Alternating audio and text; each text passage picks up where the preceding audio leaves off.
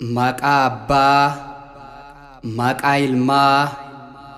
maqaa Hafuura Qulqulluu, Waaqa tokko. Ameen. Waaqa guddaa afaan kiyyaan guddisee galateeffadha. Namoota hedduu jidduulletti guddisee kabaja. Faaruu Daawwitii boqonnaa 108 lakkoofsi 30.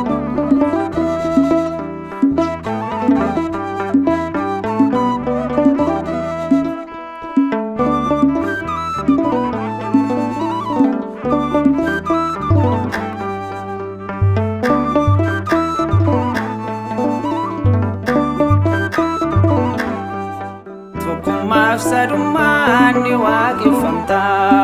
hunda dabarsite hunda jiraachista Waaqa Abbaa Ilmaa Hafuura Qulqulluu ol baatee mul'achuuf kan barbaanne tullu Sillaasuma keenya sitti galle kulu ol baatee mul'achuuf kan barbaanne gara Sillaasa Abbaa keenya sitti gallarara Sadumani waaqeffamta hunda dabarsite hunda jiraachista Waaqa Abbaa Ilmaa Hafuura Qulqulluu ol baatee mul'achuuf kan barbaanne tullu Sillaasuma keenya sitti galle kulu ol baatee mul'achuuf kan barbaanne gara Sillaasa Abbaa keenya sitti gallarara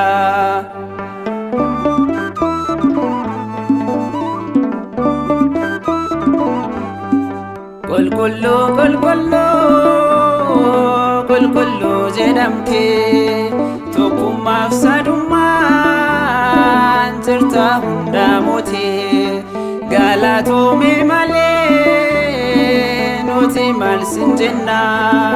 dachaan kunoo elillee si filanna tokkummaaf sadummaan ni waaqeffamta hunda dabarsite hunda jiraachista Waaqa Abbaa Ilmaa Hafuura Qulqulluu ol baatee mul'achuuf kan barbaanne tullu Sillaasuma keenya sitti galle kulu ol baatee mul'achuuf kan barbaanne gara Sillaasa Abbaa keenya sitti gallarara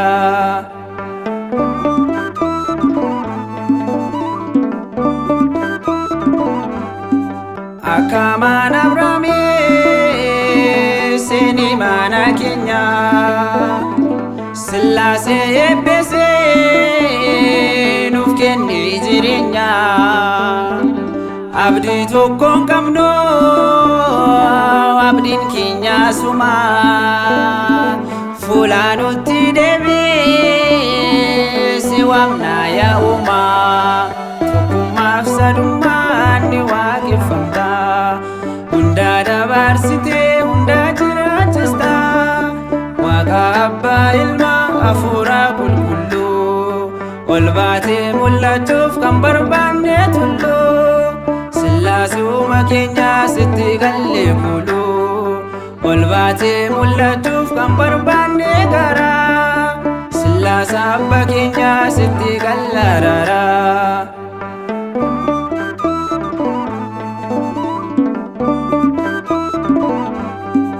Alfaadhaaf Omeegaa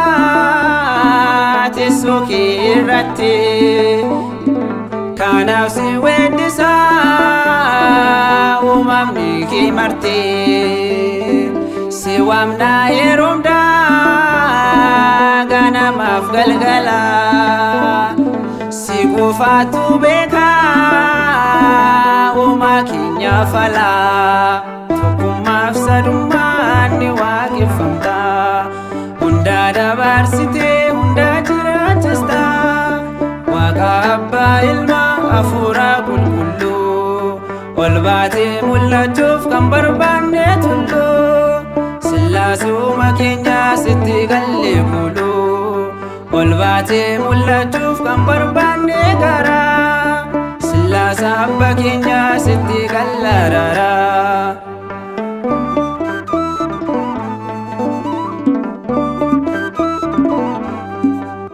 Ijake jalala ilman keerran kaastu Wondoma ammata nuumte nun gattu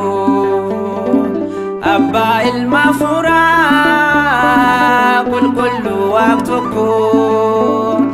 Ulfaadhu Waaqayyo nu baastirta rakko Tokkummaaf sadummaan ni waaqeffamta Hundaa dabarsite hundaa jiraachista Waaqa Abbaa ilma hafuura qulqulluu Ol baatee mul'achuuf kan barbaanne tullu Sillaasuma keenya sitti galle kulu Ol baatee mul'achuuf kan barbaanne gara Sillaasa Abbaa keenya sitti galla rara Tokkummaaf sadummaan ni waaqeffamta Hundaa dabarsite hundaa jiraachista Waaqa Abbaa ilma hafuura qulqulluu